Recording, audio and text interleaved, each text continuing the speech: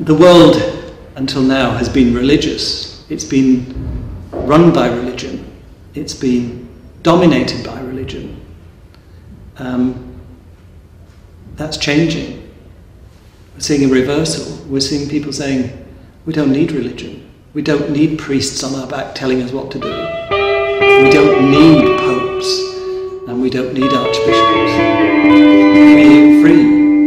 And that's a very profound revolution. It's not going to involve bloodletting. It's a revolution of ideas.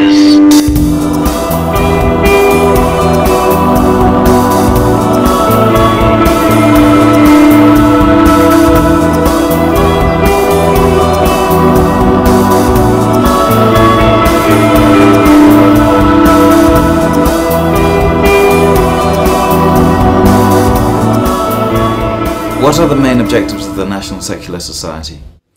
Well, obviously, because Britain is got an established church, we need to separate that from the state. We need to have a secular state, either on the model of the French laïcité or the American, the separation clause that they have in their constitution, or maybe something between the two. So do you think that a British constitution should perhaps be written where church and state are separated? Absolutely. I mean, there is talk of a written constitution now, and I think it's, if it ever comes to the fore, I mean, politics is up in the air at the moment.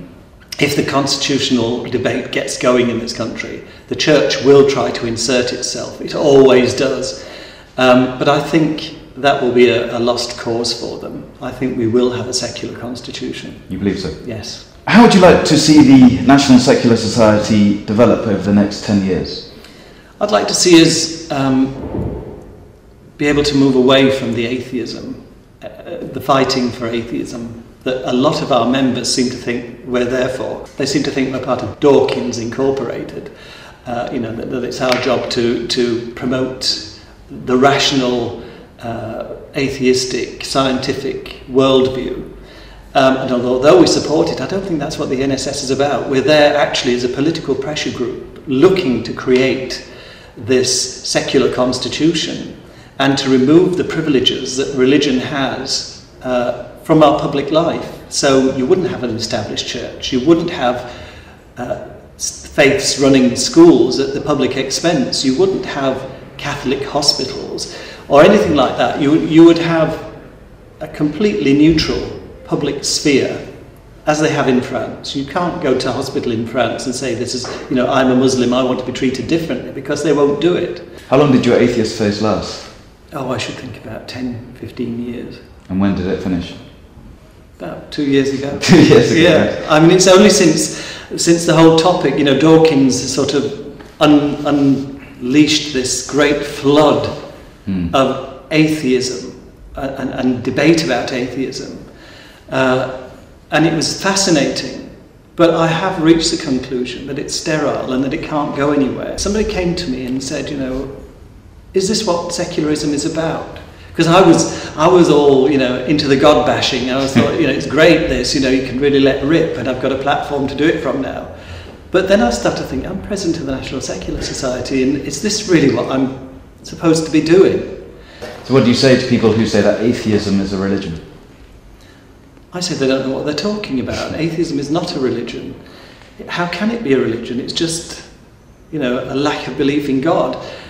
There are philosophies that are attached to atheism, like humanism, which you could say is a kind of pseudo-religion or proto-religion. And I don't regard myself as a humanist. You don't?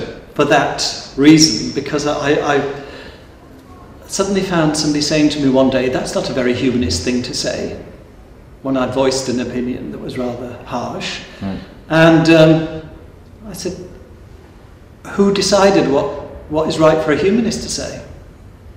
And suddenly I realised that they got pamphlets about what humanists believe. I thought, no, I don't want this. So that's becoming a little dogmatic itself. Absolutely, it becomes a kind of religion itself.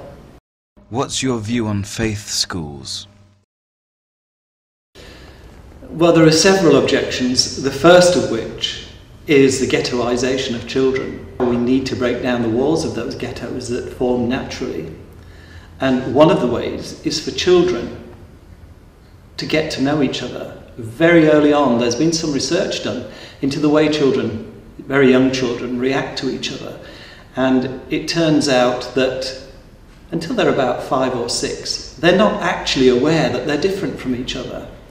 They're not aware of colour and religious differences and cultural differences. They don't make those distinctions. They judge their friends on whether they are friends, whether they like them or not. After that period, they start to pick up what's happening around them. So if their parents are racist, they will pick up, she's black, or he wears funny clothes, or I don't like his name.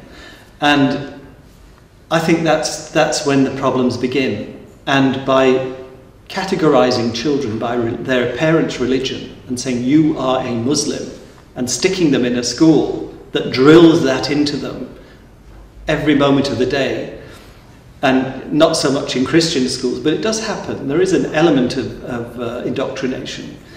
I think that is entirely the wrong way to structure society. We've got to get young people together to make cross-cultural friendships and relationships.